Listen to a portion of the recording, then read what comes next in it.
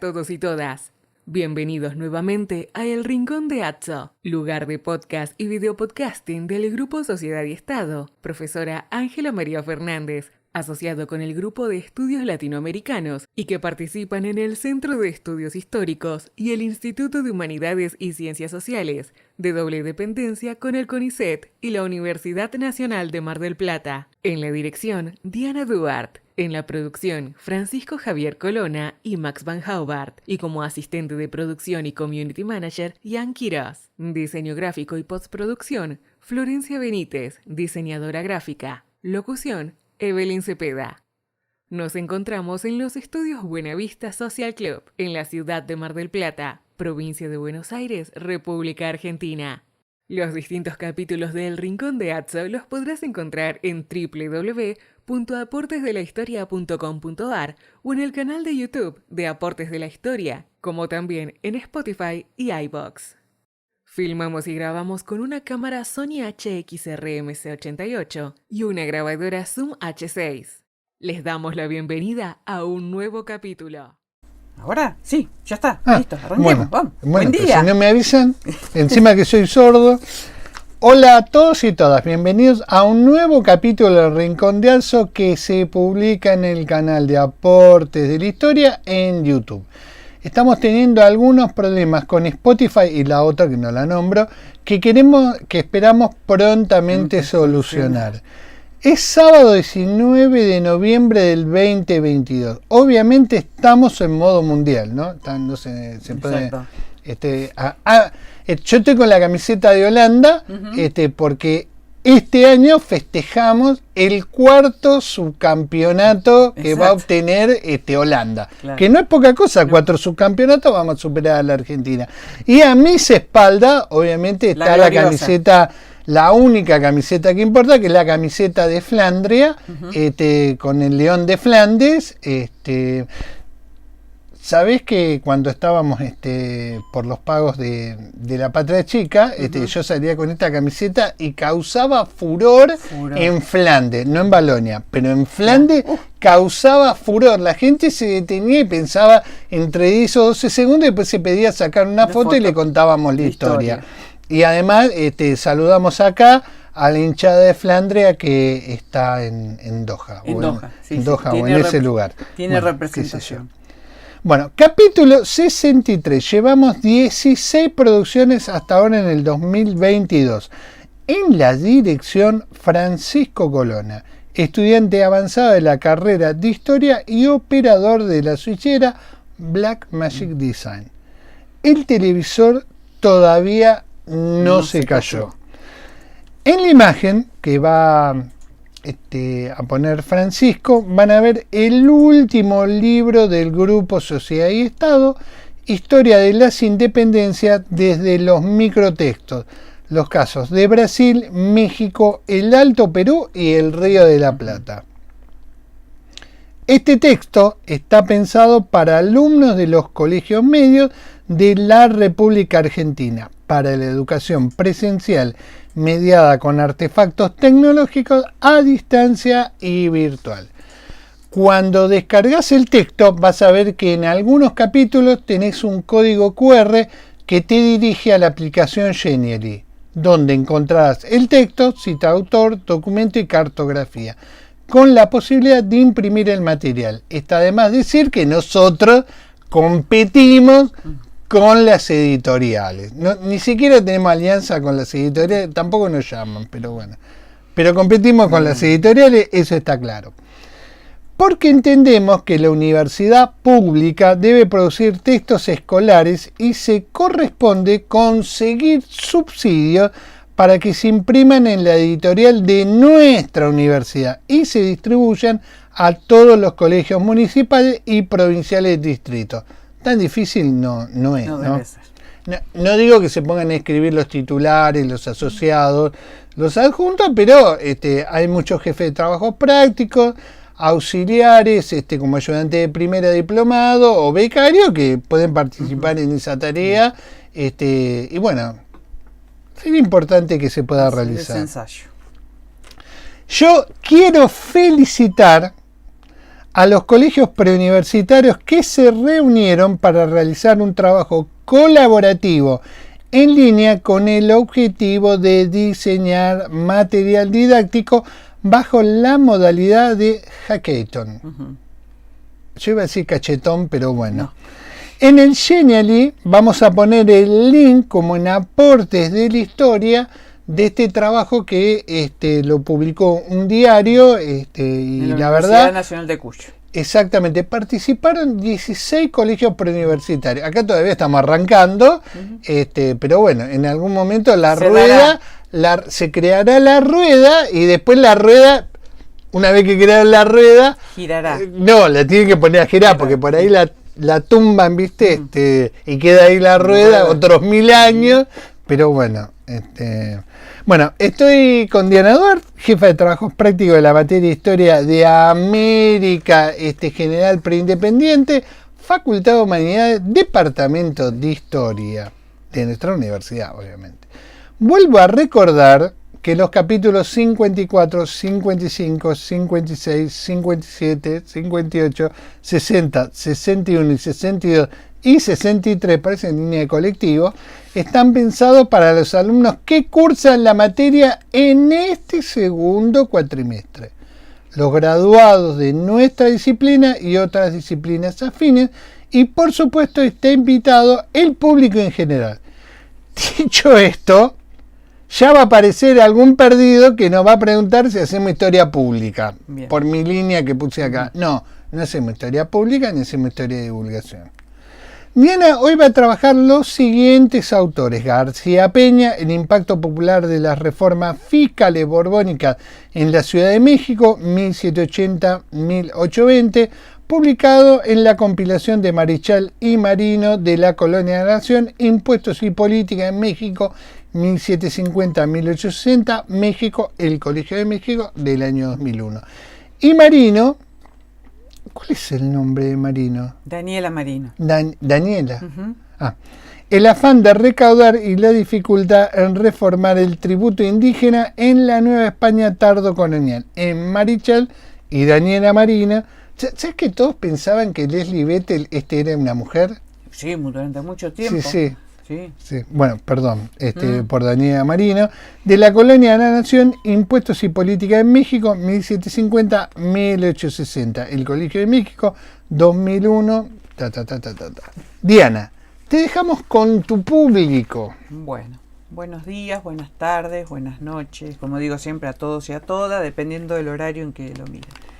Bueno, gracias por la presentación y en función de eso, de esa presentación, acá está el libro, de manera material, que es muy interesante porque, como dice el título, es de Colonia de la Nación.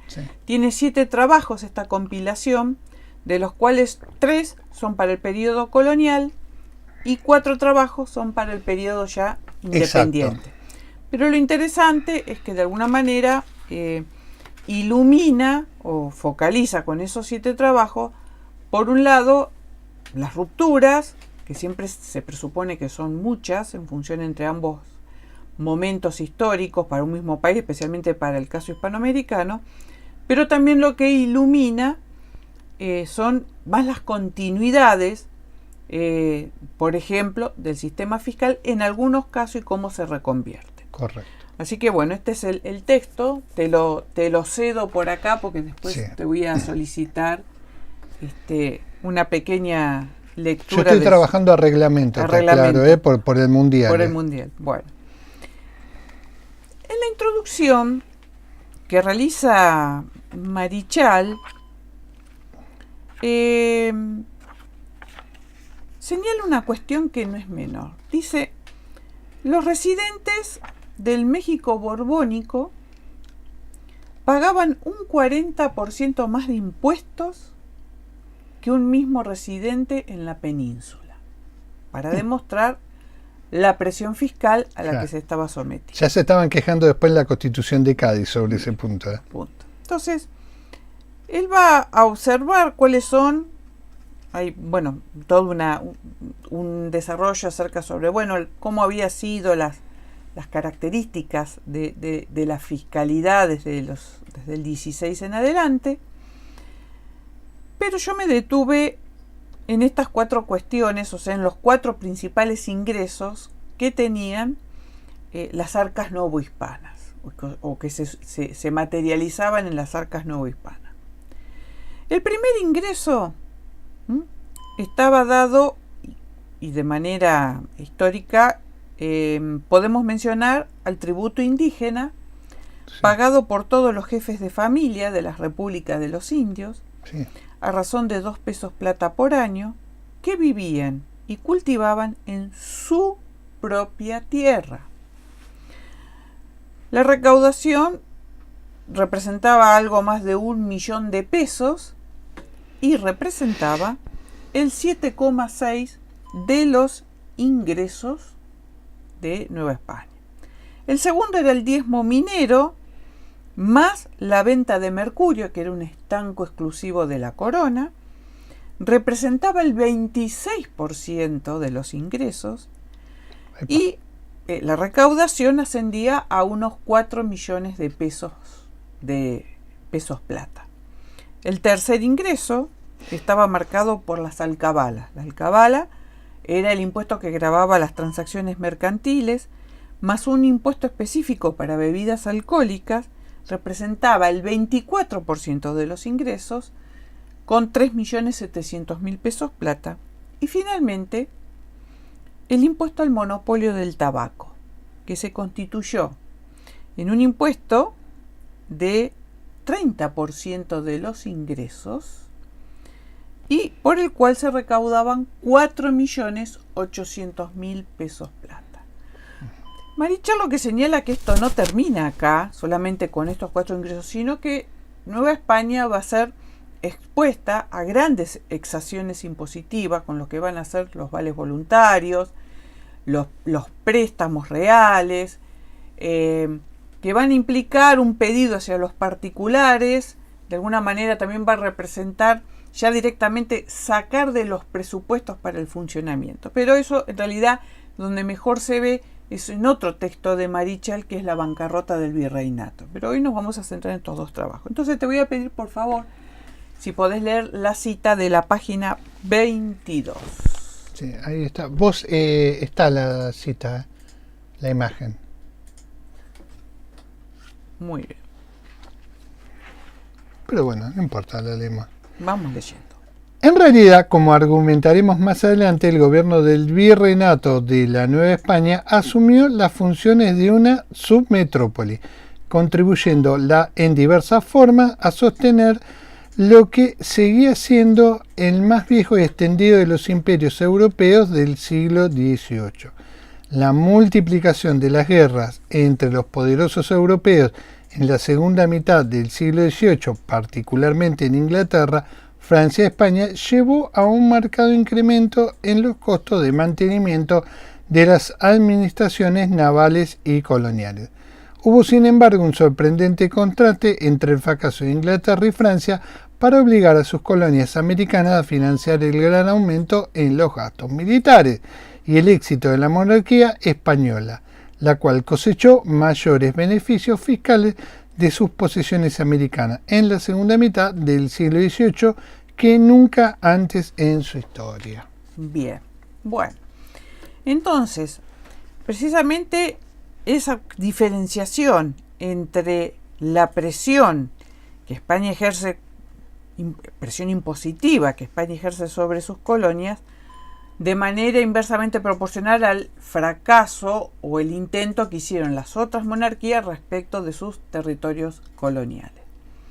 Entonces el primer texto que vamos a trabajar es el de Daniela Marino, ¿no? El afán de recaudar y la dificultad de reformar, focalizado en la cuestión del tributo indígena, sí, que no es un tema menor, porque ella hace así al paso una comparación entre la presión que sí impositiva que se observa para el mundo andino, ¿no?, respecto de la que se va a aplicar en Nueva España, y cómo en el caso del mundo andino eso generó conflictos y levantamientos.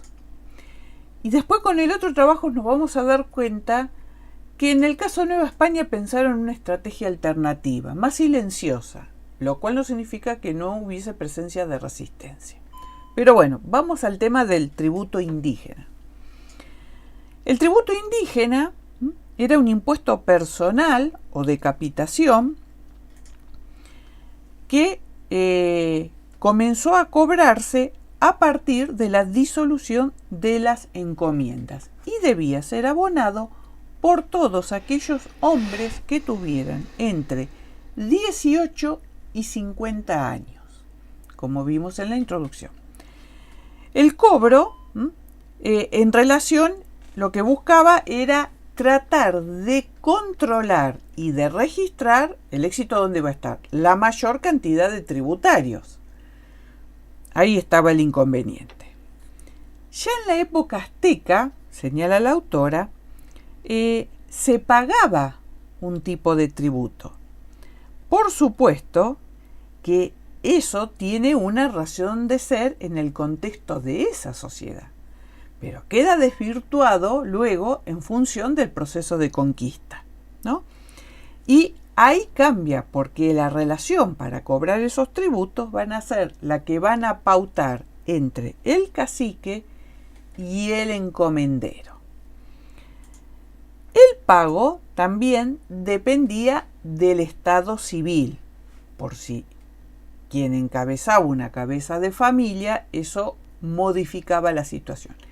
Acá lo que vamos a ver es que esto es muy típico, no del periodo borbónico, pero sí del periodo de los Austria, la infinidad o la gran cantidad de excepciones que se empiezan a generar a la regla. O sea, tantas excepciones hay que la capacidad contributiva de recaudación se empieza a diluir. Esa situación es la que quieren revertir los Borbones. Entonces, ahora sí, te voy a pedir por favor si podés leer el párrafo en la página 62, que es la hipótesis de Marino. La hipótesis. Bueno, abro la cita. Sí. En página 62. Es mi hipótesis que, pese a la voluntad real, es muy difícil poner en práctica las reformas tributarias y simplificar el enmarañado y fosilizado sistema del tributo indígena que regía en la Nueva España. En general, se optó por no innovar y no pudieron cumplirse los objetivos de imponer una sola tasa para todos los indígenas contribuyentes y eliminar las múltiples excepciones, privilegios y costumbres locales en la tasación y el cobro del tributo. Sin embargo, considero que no por ello la población indígena novohispana se libró de las mayores exacciones que se impusieron con éxito a sus equivalentes altoperuanos. Ante la rigidez de la estructura tributaria, se optó por gravar en mayor medida el consumo y aumentar la recaudación de los rubros estancados, los cuales afectaban directa o indirectamente a la población indígena. Y esto va a conectar muchas de las cuestiones cuando vean Rebelión el año que viene en Historia de América contemporánea, cuando vean el caso mexicano. Y eso no solamente se ve reflejado acá, después lo vamos a conectar con el trabajo de García Peña, que es el que vamos a trabajar a continuación.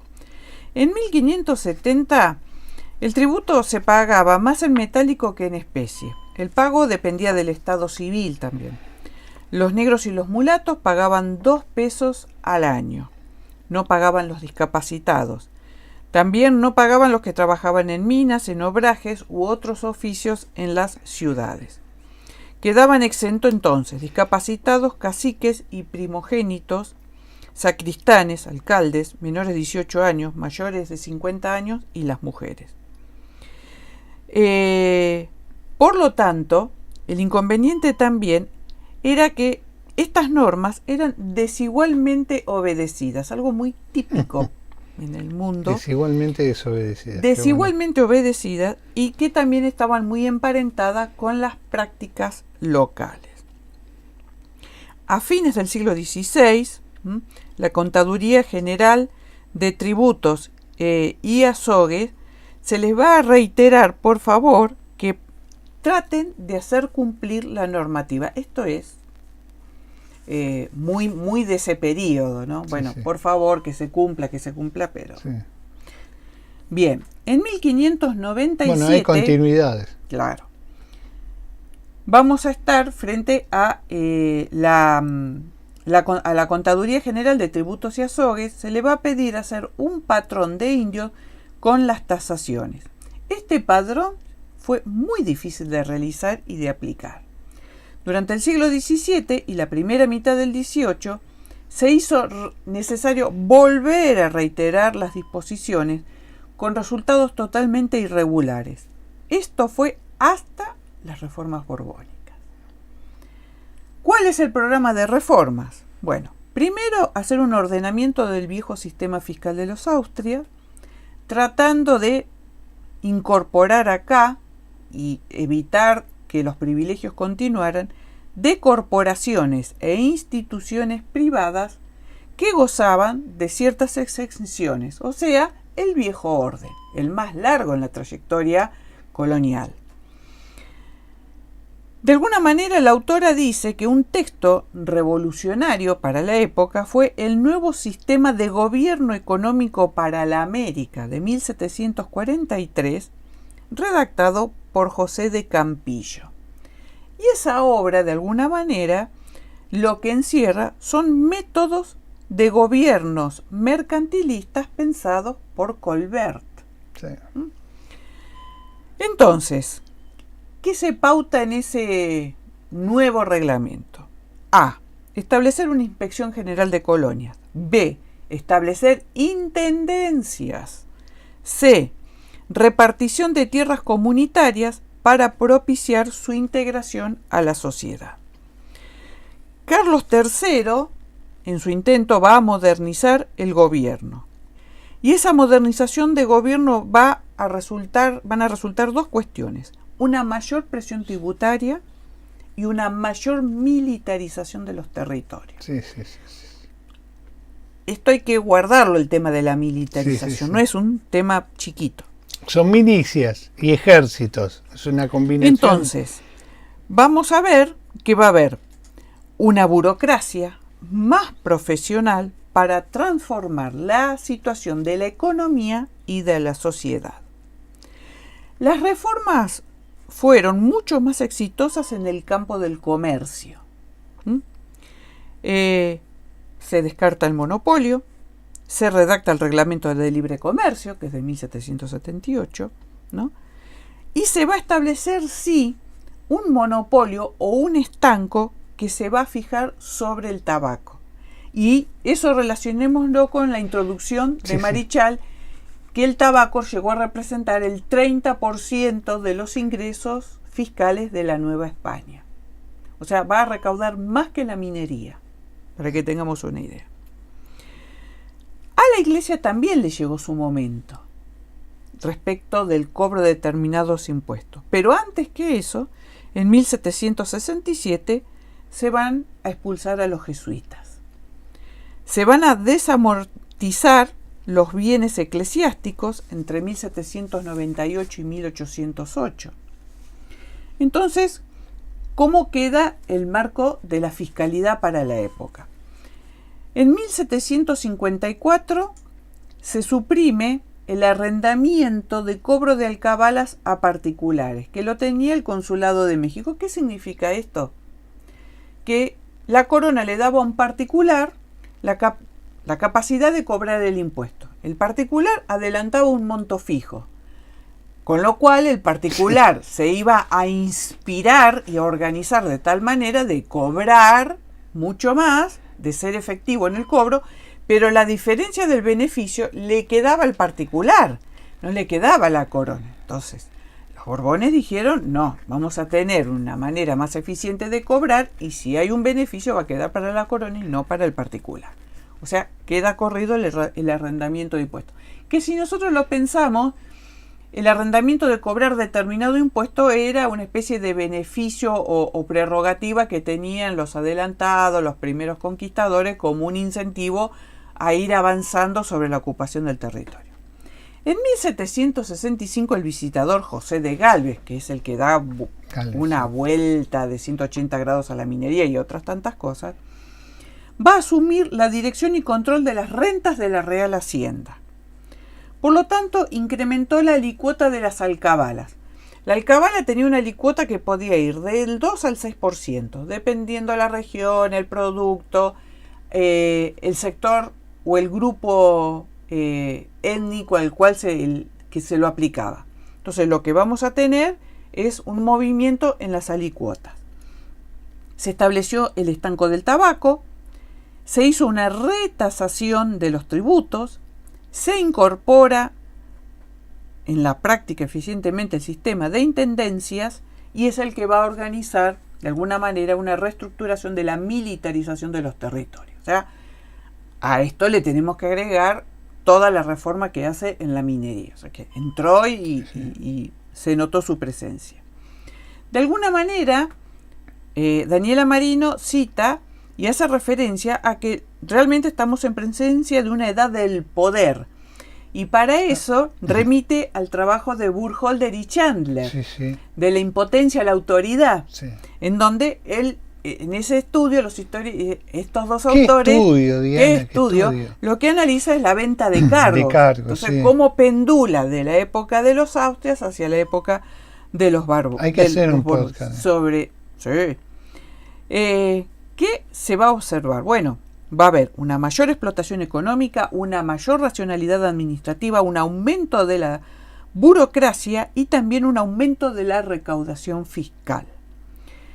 Y Marino cita a Marichal, que es su compañero de compilación, y dice: tal fue la presión impositiva que llevaron al virreinato a la quiebra. Y ese es el libro de Marichal. O sea, es tal la presión que ni siquiera le dejan fondos para el mínimo funcionamiento del propio virreinato.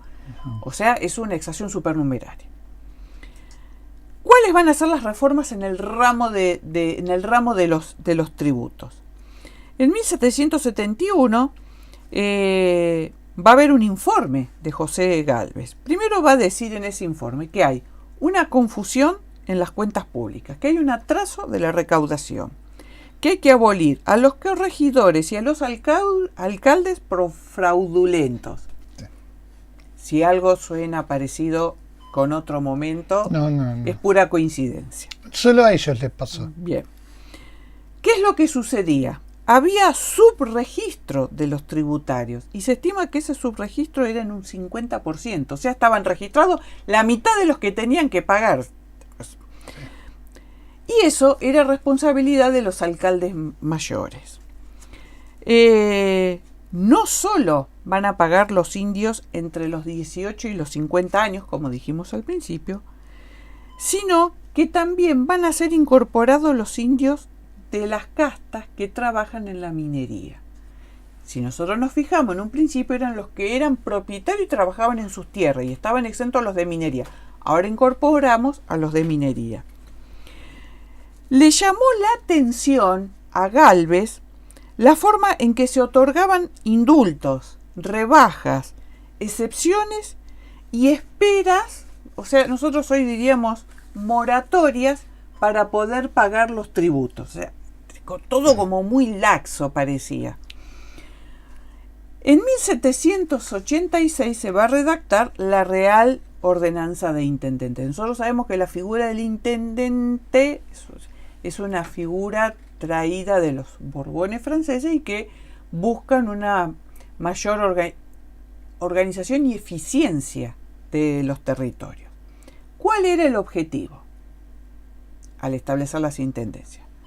Primero, un aumento del cobro, pero a través de la descentralización, porque al estar todo muy centralizado era como que el control se desvanecía. En cambio, la idea era que al achicar los espacios, la visión del encargado, o sea, del intendente, iba a estar mucho más preocupado en ver cómo evolucionaba la recaudación en ese territorio rediseñado. El intendente cobraría regionalmente y, por supuesto, al hacer esto, ¿qué es eso? La famosa Contaduría General de los Tributos. O sea, un órgano muy grande, muy general, pero que evidentemente no controlaba. Por lo tanto, la contaduría redujo sus funciones y su personal. Se va a comenzar a pagar sueldos a funcionarios menores para que no se tienten, dice la autora. Claro, a los funcionarios menores algunos prácticamente trabajaban, diríamos hoy, ad honorem. ¿Cómo termina esa situación? O sea, de alguna manera cobrás. Claro. Bueno, entonces dice, bueno, hay que generar un salario, lo cual no significa que se conformaran con el salario. No, por supuesto. Pero bueno, en Ya que estábamos. ¿no? Faltaba el aguinaldo, pero faltaba un siglo y medio. Y lo que se va a establecer es que cada 5 años hay que rematricular a los tributarios. Claro. O sea, no hacemos una matriculación porque es lógico, por una cuestión vegetativa, te seguía entrando gente y alguna seguía saliendo. O sea, vos te quedabas con una foto y dejabas de hacer la película. En 1794 van a venir las famosas ordenanzas de Revillagigedo. Las rematriculaciones van a quedar a cargo de los intendentes y no de los subdelegados vinculados a los cabildos por los graves inconvenientes que representaban. Tenían que mantener el padrón actualizado porque esa era la única manera de sostener e incrementar los ingresos. Sí. Se avisaba con debido tiempo en plaza pública a todos aquellos afectados para evitar faltantes, errores, abusos y ausencia. Bien, ahora, de ahí un pregón clavado en la cercanía del cabildo, ¿cuál era la efectividad? Pero bueno, se daba a conocer, como se dice ahora, publíquese. Publíquese. ¿No? En las normativas administrativas. Archívese y olvídese. Y olvídese, sería. Bien. ¿Cuál era el estado general de los tributos y de los tributarios ya hacia 1805? Bueno, nosotros vemos que se vienen sucediendo, o sea, lo estamos haciendo una síntesis. Sí. Entonces, convertir a los medios tributarios en tributarios enteros. ¿Esto qué significaba? Que por algún tipo de excepcionalidad, en vez de pagar el tributo entero, vos pagabas la mitad. ¿Por qué motivo? O por enfermedad, o por el tipo de actividad en el que estaba. No. Entonces decía, se acabaron, se paga el tributo entero. Van a pagar los solteros y los viudos. Pagaban 2 pesos plata anuales los indios y 3 pesos plata los mulatos y negros libres. Había 32 tasas de tributo que iban desde los 4 reales a los 24 reales, o sea, del medio peso a los 3 pesos. Claro. Un abanico. Claro. Después se queja Milei. Claro. Entonces, se había cobrado hasta el momento, o sea, con el viejo sistema se venían cobrando un promedio de 1,5 millones de pesos plata. Claro. Al aplicar las ordenanzas y ajustar la rematriculación, esa recaudación se incrementó en 280.000 pesos. Plata. Sí. O sea, que de alguna manera lo que se observa es que hacia 1770, por ejemplo, se cobraban 766.000 pesos por cargo de tributo. Y en 1805 se cobran 1.572.000. Ahora, la autora se pregunta lo siguiente, porque entre una recaudación y la otra tenemos 35 años de diferencia. Sí. La pregunta es, ¿creció la recaudación por el crecimiento vegetativo o creció porque la matriculación y el cobro fue más exhaustivo? Y hacia allá vamos. Entonces se pregunta, ¿aumento de población o eficiencia? Y acaba la cuestión. En el siglo XVII se cobraban aproximadamente 250.000 pesos por este tributo. 1710, 286.000. 1720, 350.000. Y entre 1780 y 1789, 841.000 pesos por año. ¿Es eficiencia? Algo, dice la autora. Pero si se lo compara de la manera en que creció el ramo de la alcabala y del estanco, no. Sí. Ahí sí se nota la reforma y se nota la eficiencia por cobrar. Acá es en el caso de los tributos es una mezcla, un poquito por eficiencia y un tanto por el crecimiento vegetativo. Entonces los tributos, en el caso, el tributo de indígena creció más por lo vegetativo que por la eficiencia. En realidad, dice, el tributo fue un sistema enmarañado y complejo, atado a situaciones consuetudinarias locales, de cómo se percibía cada categoría, beneficios de exención que venían desde el siglo XVI.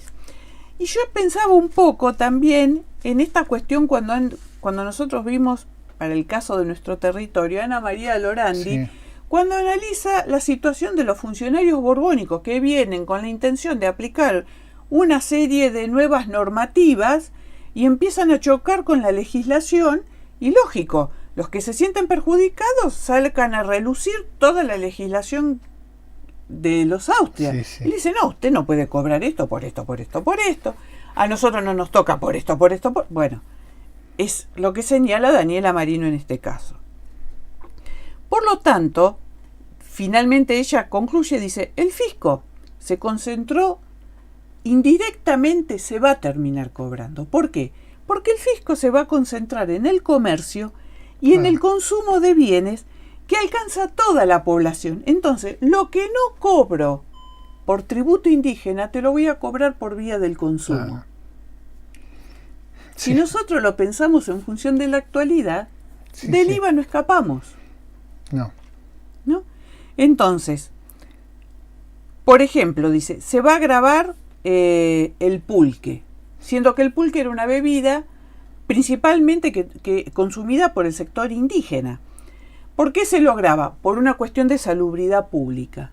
Porque las borracheras, que suscitaba la violencia, nada distinto de lo que nosotros hemos visto también para Río de la Plata. Sí. Pero la verdad, dice, si uno ve, ella tiene un gráfico, dice, si uno ve el gráfico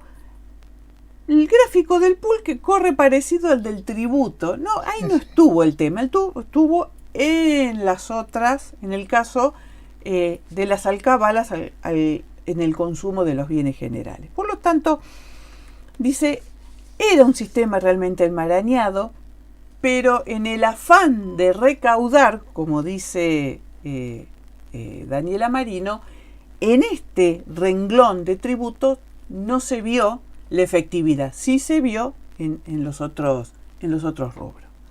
Bien, este es el trabajo, por supuesto, tiene una serie de cifras, pero no estamos en tiempo para llevar todo eso adelante.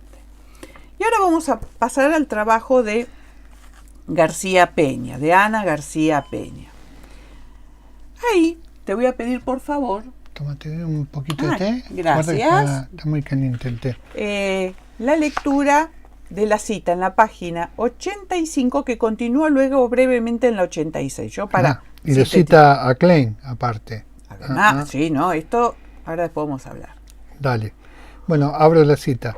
Sin embargo, cabe preguntarse qué tan cierta ha sido esta pasividad de los habitantes de la Ciudad de México y si bajo esa aparente pasividad existieron complejos procesos sociales de resistencia que han escapado tanto al registro de la estadística oficial como al análisis de la historiografía tradicional.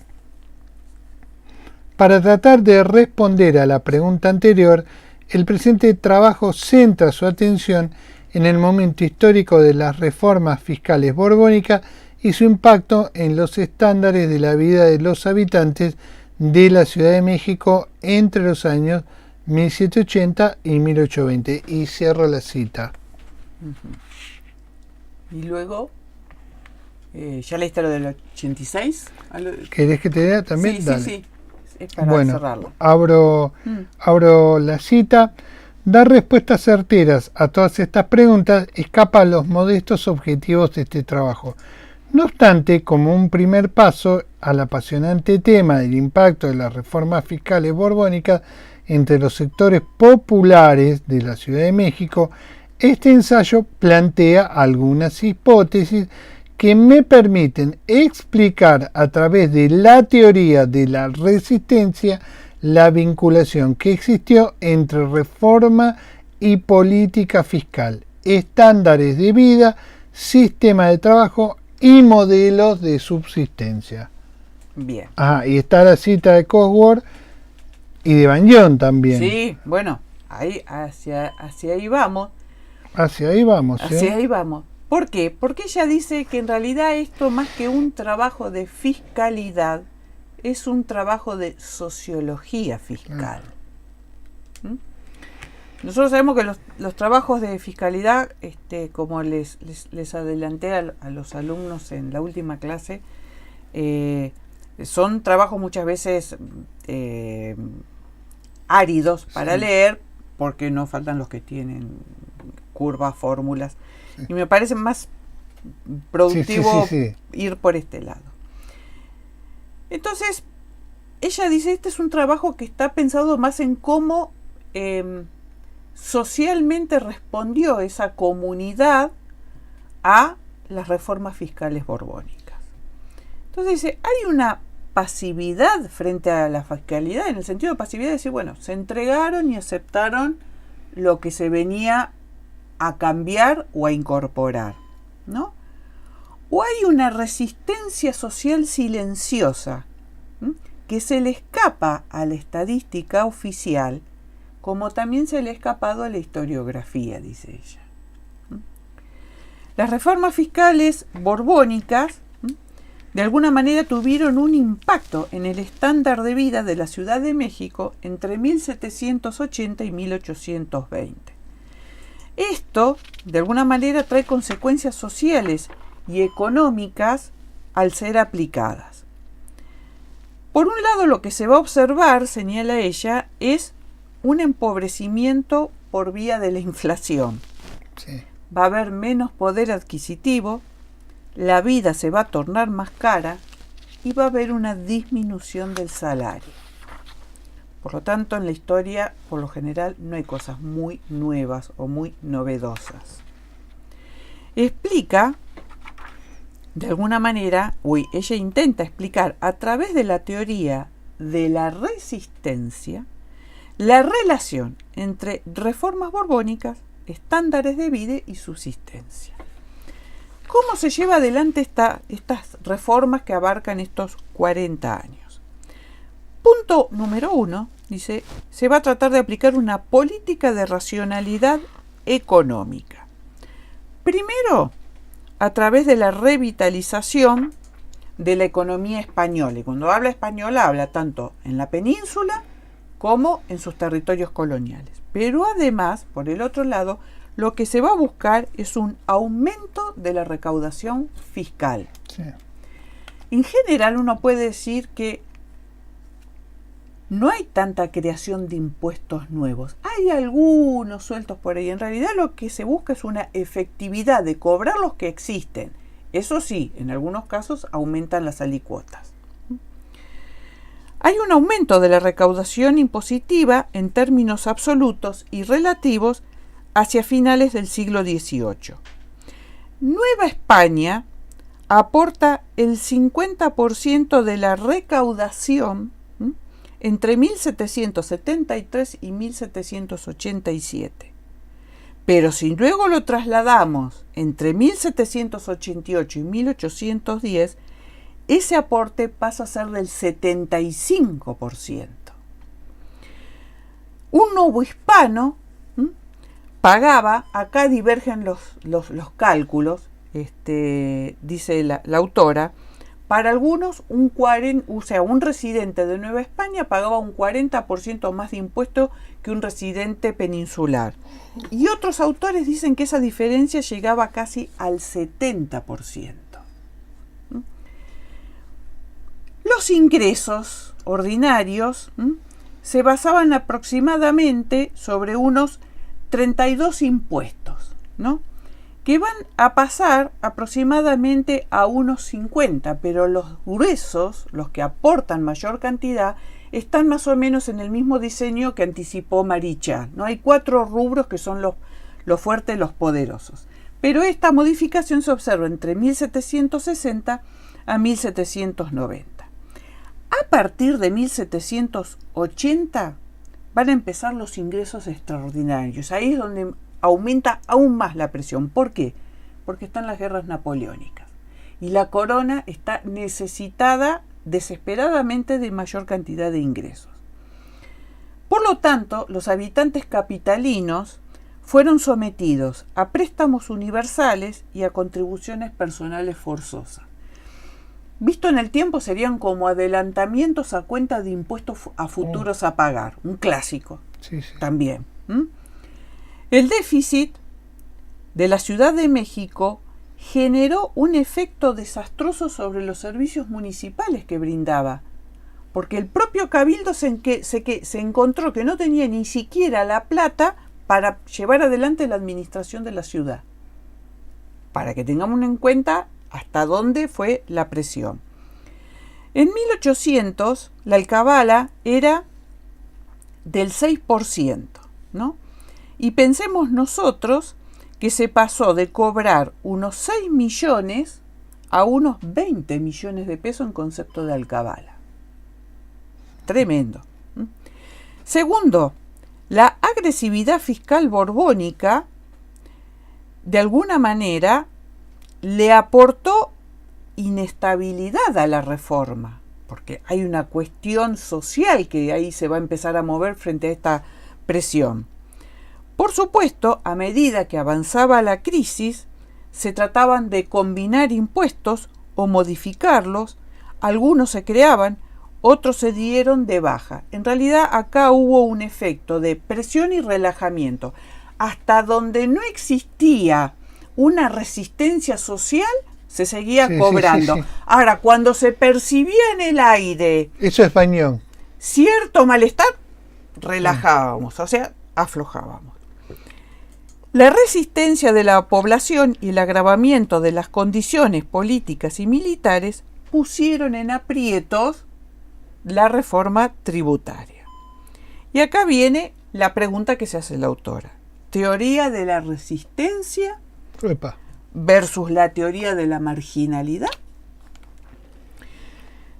Bañón señala que hay una marginalidad, una despolitización, un empobrecimiento. Depolitización. Por su lado, Timotiana, sí, Timotiana, un conocido de la casa, sí, ¿no? Habla de una pasividad y de una despolitización de los habitantes. Por lo tanto, hay un detrimento económico, los más pobres pasan hambre, ¿no? Y los más ricos comienzan a soportar mayor cantidad de impuestos. Esto siempre en el mundo urbano. Ella lo está aplicando para el análisis de los habitantes de la ciudad de México, ¿no? Entonces, a la autoridad imperial se le comienza a presentar una posible crisis política, si se sigue presionando. Por lo tanto, Bañón y Timotiana hablan de una pasividad. Los movimientos populares, ¿no?, son momentos de ruptura, pero no son una práctica cotidiana. O sea, ante determinada situación responden y retroceden.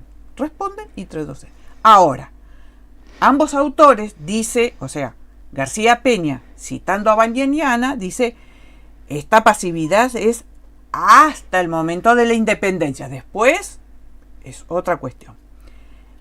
Pero además incorpora a otro autor, a James Scott, y dice, a toda forma de dominación le corresponde otra de resistencia. A los que carecen de derechos políticos existen formas que no precisamente necesitan confrontar. Buscan el anonimato de la muchedumbre. Ah, bueno. Entonces, ¿cómo se da? A través del robo, claro, Thompson, de la evasión y de la mendicidad. son comportamientos prohibidos por la cultura dominante. Claro, o sea, Bañón toma a Wolf. Exacto. Y Timotiana toma a Thompson. James Scott toma a Thompson principalmente. Dice, bueno. Entonces vamos a ver un mercado ilegal, Ajá. donde se van a dar la compra y venta fuera del alcance del fisco. Evitar la exacción sin confrontar. De economía moral a pleno. Bien. Es la respuesta, este mercado ilegal es la respuesta a la caída de los ingresos fiscales. Mirá vos. La gente no deja de consumir, pero crea nuevas estrategias. Si esto lo cruzamos con lo que nos dijo recién Marino, de que le fueron a aplicar las alcabalas en el comercio, entonces están evitando el circuito legal por esa presión impositiva. Entonces, ¿qué pasa con la población, el trabajo y la ilegalidad?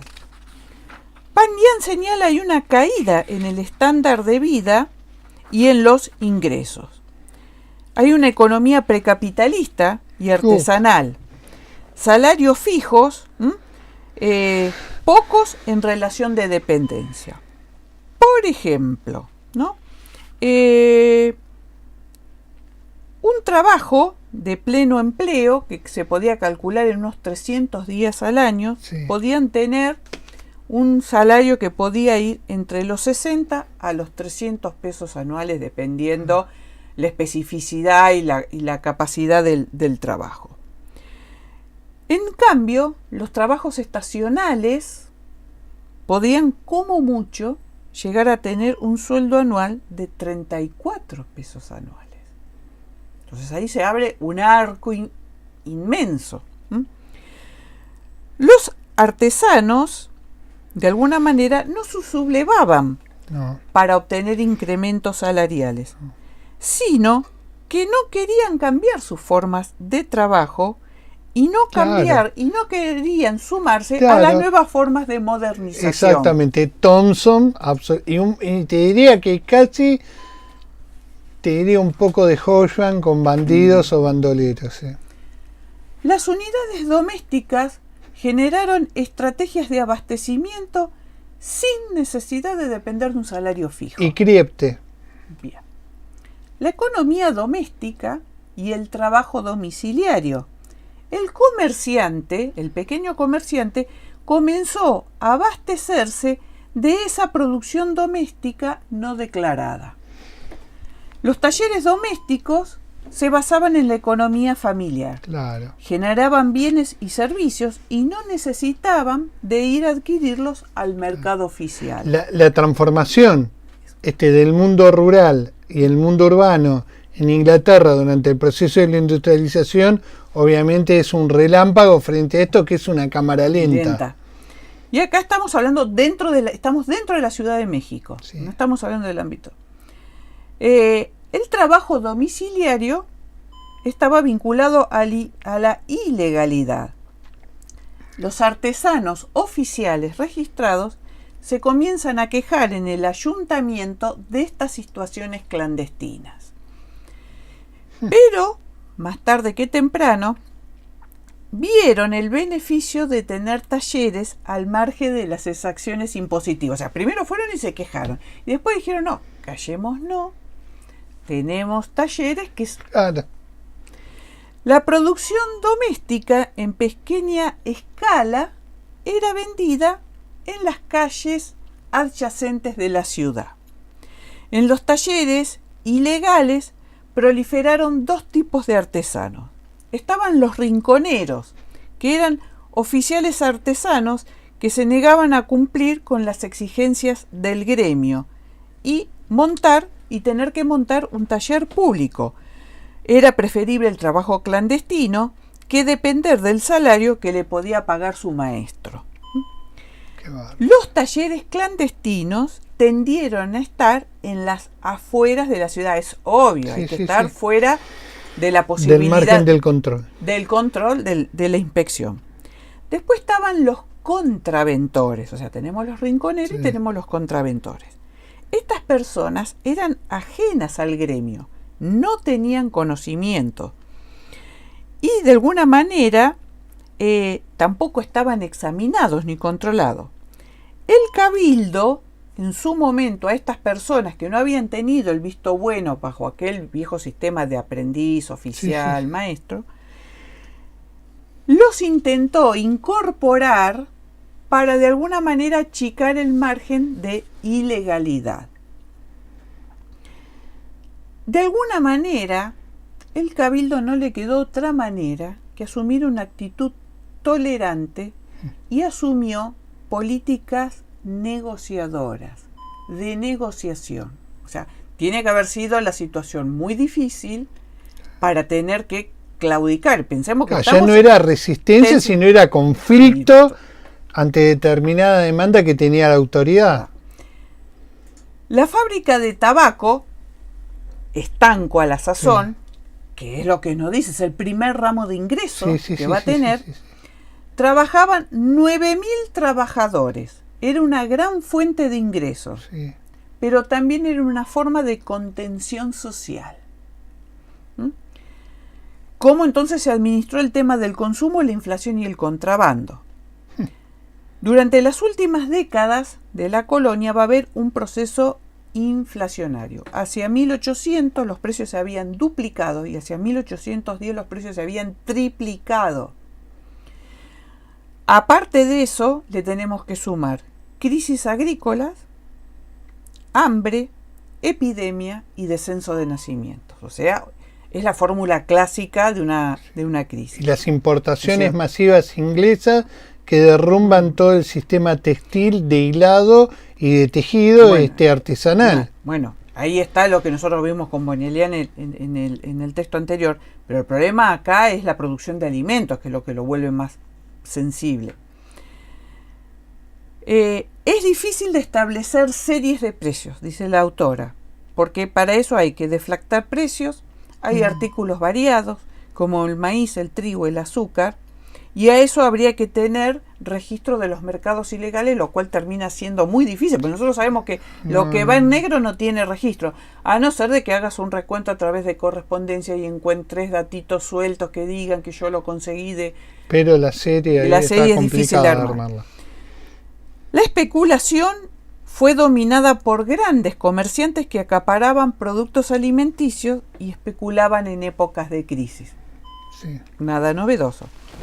Pero maíz, pulque y tabaco era un comercio que dominaba el menudeo y que de alguna forma pudieron evitar a los acaparadores. El gobierno administraba primero el pósito, depósito, ¿no es cierto?, de granos que servía para regular el mercado. Luego tenemos la alhóndiga, que era a donde se llevaban todos los cereales para poder ser vendidos en la ciudad. De esta manera, lo que el Estado colonial buscó fue garantizar el abastecimiento y evitar la intermediación, dado el precio. Hay un mayor consumo de tabaco, y eso, bueno, se ve en la recaudación, y hay un menor consumo de pulque. ¿Por qué? El mayor consumo de tabaco está porque el tabaco es un estanco público, entonces sí se lo puede seguir. En cambio, el pulque empieza a tener una producción y un circuito ilegal en el cual es difícil de controlar. Entonces el registro es de lo que está en blanco, pero no sabemos de lo que circulaba de manera ilegal. Por supuesto, las prácticas ilegales se podían hacer porque había corrupción. O sea, hay alguien de la otra parte que lo está permitiendo. Hay una red de relaciones económicas y comerciales donde participaban todos los grupos sociales que querían preservar las viejas prácticas. Los alcaldes de barrio eran elegidos entre los artesanos, los tocineros, panaderos y tenderos al menudeo. El problema no fue la selección del alcalde, sino la compleja red de comercialización que tenía la Ciudad de México. El gobierno tuvo poca efectividad para el abasto y la comercialización del abasto. Y acá es muy importante el rol de la iglesia. ¿Por qué? Porque la iglesia primero tenía una amplia red de caridad, hospitales y hospicios que daban de comer a 2.000 menesterosos y enfermos por día. Pero además la iglesia era la principal propietaria de la ciudad, o sea, era la principal propietaria de inmuebles urbanos. Entonces, se había convertido en la gran rentista de cuartos y lo hacía a precios muy bajos y de alguna manera, además, era tolerante con el cumplimiento del pago de la renta. Sí. Los grupos subalternos, de alguna manera, Claro. buscaron y encontraron estrategias de resistencia antes de que ir a la confrontación abierta con las autoridades del cargo. Eso es costumbres en común. Sí, muy Eso es interesante. costumbres en común. Bien, entonces vimos de alguna forma cómo se intentó, sin mayor éxito, reorganizar los tributos en el caso del trabajo de Marino, que termina demostrando, en realidad va por la vía, eso fue por la vía del crecimiento vegetativo y un poquito de efectividad, porque lo que se trató de aplicar toda la fuerza fue sobre las alcabales y el comercio, y lo que nos termina diciendo García Peña, que los grupos menos favorecidos encontraron un formato de resistencia a través de el circuito ilegal para poder subsistir en la Ciudad de México. Bien. Me remonté a la historiografía europea. Le mostré acá a los colegas costumbres en común, mientras Francisco tenía la amabilidad de no mostrarme mientras hacía la búsqueda del material. Me acordé de este texto, pero también del hambre en la historia de Rabi Rothberg, ¿no? Nosotros hicimos un podcast sobre esto y bueno, está acá. Ahí está. Está acá, pero bueno, hay un podcast sobre esto. Nosotros tratamos mucho el tema de la nutrición, de la gorda es bella y tal y cual. ¿Puedo tocar la bubucela? No, estos son recuerdos de hace 12 años que nos trajo alguien de Sudáfrica y quisimos hacer una decoración en torno ya que estamos a menos de 24 horas. Para mí fue horas. Imposible tocar la bubucela, tardé 2 meses y no pude. No, es un instrumento maldito. Sí. Bueno, fantástico estos dos temas, especialmente el último que me encantó. Rescata a Timothy Ana, un gran olvidado mucho de la historiografía mexicana, especialmente en términos de resistencia. Y también el tema de Burkholder y Chandler, que es fantástico. Aparecieron los dos textos, de hecho, Marino también lo cita Brading, porque es un clásico para el caso de... Pero digamos, Timothy Ana es como... Y también Burkholder, Ana, más que nosotros que hemos trabajado en muchos temas de resistencia y esas cuestiones. Bueno, Diana, te dejo la despedida y saludo final. Bueno, se despide, vamos por el cuarto subcampeonato. Vamos, fuerza. Bueno, Flanders, con tal que no descienda, está todo bien. Está todo bien. Bueno, como siempre le decimos, muchas gracias por habernos acompañado desde ya.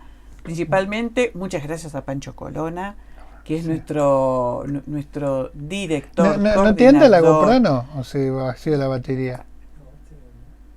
No, está todavía ahí con está, batería. ¿Ven dónde Ahí están? está Para que se den cuenta dónde están. Me retó porque no le avisé que iba a estar con una camiseta y él quería traer la de Banfield. La de Banfield, bien. Pero, así que, como siempre le decimos, muchísimas gracias por acompañarnos en esta entrega. Ya saben, nos pueden ver en el canal de Aportes de la Historia en YouTube. Le dan un like si les gustó, tocan la campanita para recibir las novedades y como siempre los esperamos en la próxima entrega. Y que tengan un buen descanso y que empiece el mundial, por favor. Y que tengamos un buen inicio deportivo. Bueno, un saludo a todas y a todos. Muchas gracias. Un beso.